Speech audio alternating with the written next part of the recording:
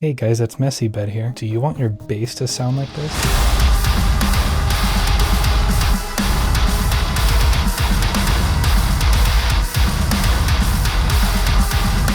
Then I got you today. If you want to join the Discord, the link is in the description, and I'm not going to shill anymore, so let's just get into it. So I am using Jin Bass 2, as you saw. I kind of routed this in a really weird way, but basically I have the DI track right here, sending the audio over into a distortion track and a sub track. However, there's nothing really too different going on outside of just literally opening Jin Bass, so I'll just go over to the distortion track. There is quite a lot here to unpack. I took a lot of this from a metal production, so if you want to give him some love too, that would be great. So I'm just going to go ahead and solo out the bass distortion track and just go one by one, show you what everything is doing. So this is without anything.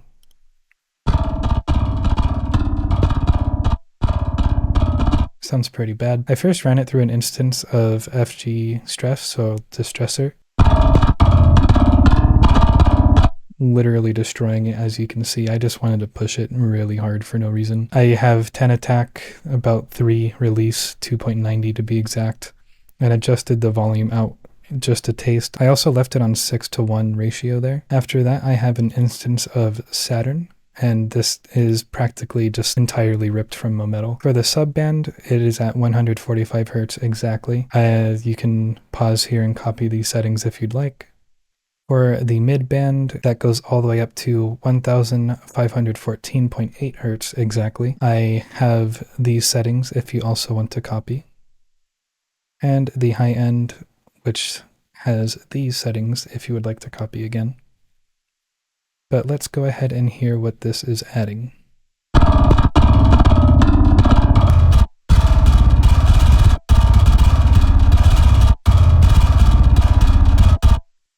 And realistically, I could probably pull down the sub a little bit, but why would I do that? Then I have that going into a guitar cab. This is just the same exact thing I'm using for the guitars for the track, just to make it meld a little bit better, and it sounds like this now.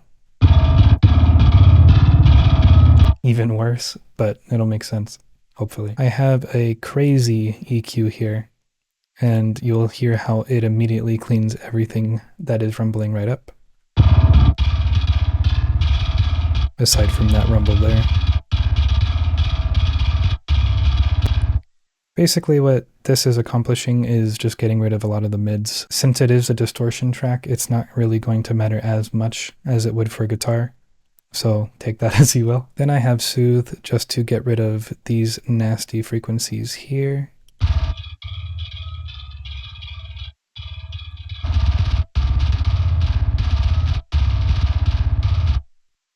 And then I have another crazy EQ here, and this is what it will sound like when I add it on.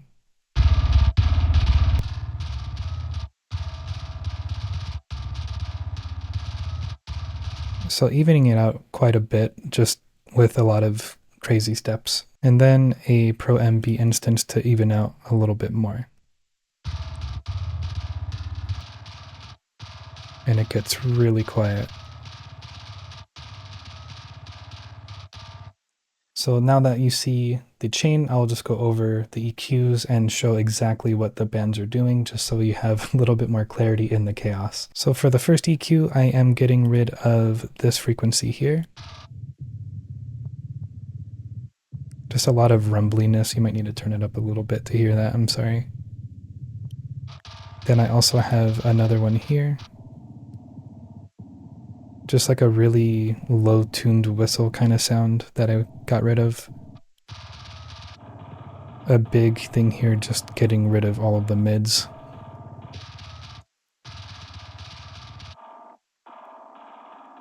Another thing with like the low whistle kind of sound, I didn't really like that in the sound, so I just cut it out.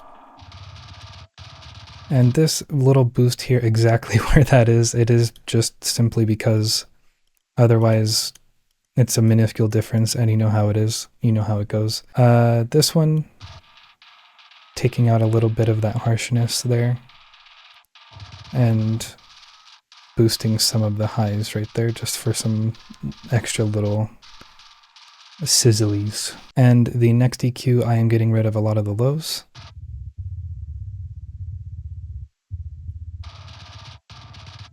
A lot of the rumbliness right there. And just finding all the weird, nasty bits I don't want in a distortion track, because it'll just be amplified way too much.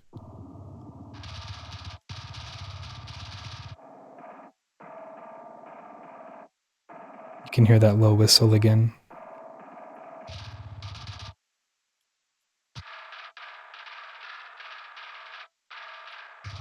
These ones are probably just because it was a little too high-end once I finished the chain.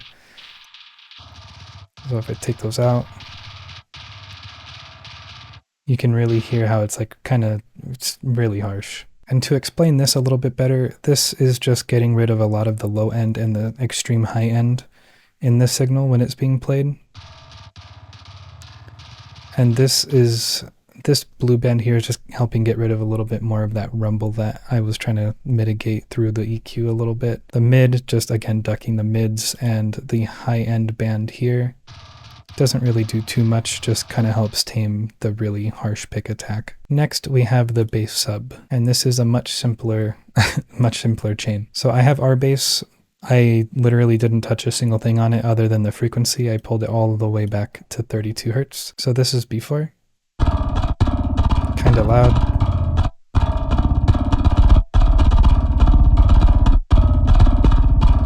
And you can hear as soon as I turn that on, the bass really, really comes through. Next, I have an EQ just to solo out the fundamental of the bass.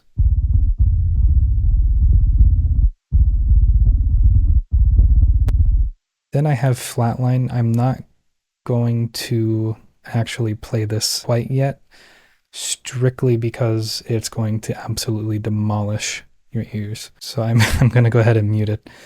But it looks like this. I'm absolutely squashing the ever-living life out of it because I want it to be incredibly consistent. And after that, I have a EQ here, basically doing the same exact thing as this is doing.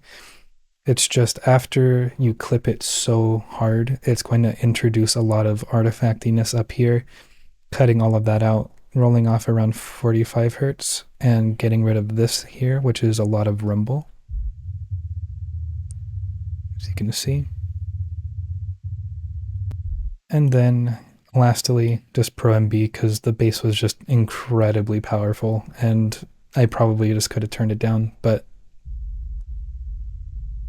this is how it sounds at the very end. I can show you the settings here if you want to copy. And so together at the end of it all,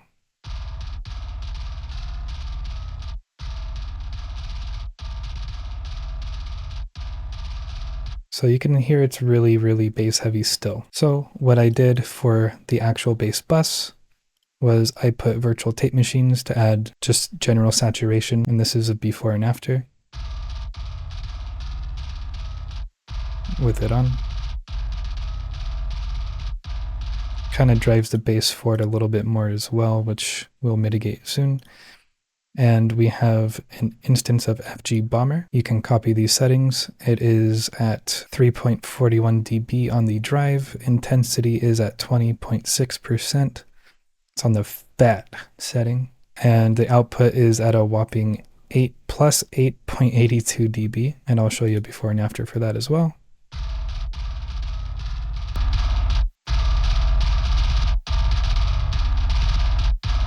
Adding a lot of aggression as well as volume. Next we have an EQ here. This is a much simpler one. These are very subjective up here. It's just I'm very picky with high frequencies to a detriment. I have another roll-off of 43 Hertz. I have a little dip here at 110. Looks like I was mitigating more of that rumbliness. I have a dip here. Another low-tuned whistle. Hate those. And then these, if I get rid of them, you can hear it's kind of just not too pleasant to listen to. So I just went ahead and cut them.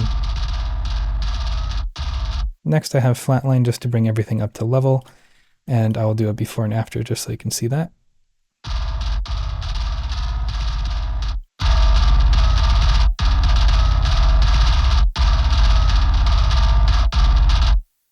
And while this not be the greatest bass tone of all time, it's super muddy and it's super kind of just lackluster in some areas, but people have asked and it sounds like this.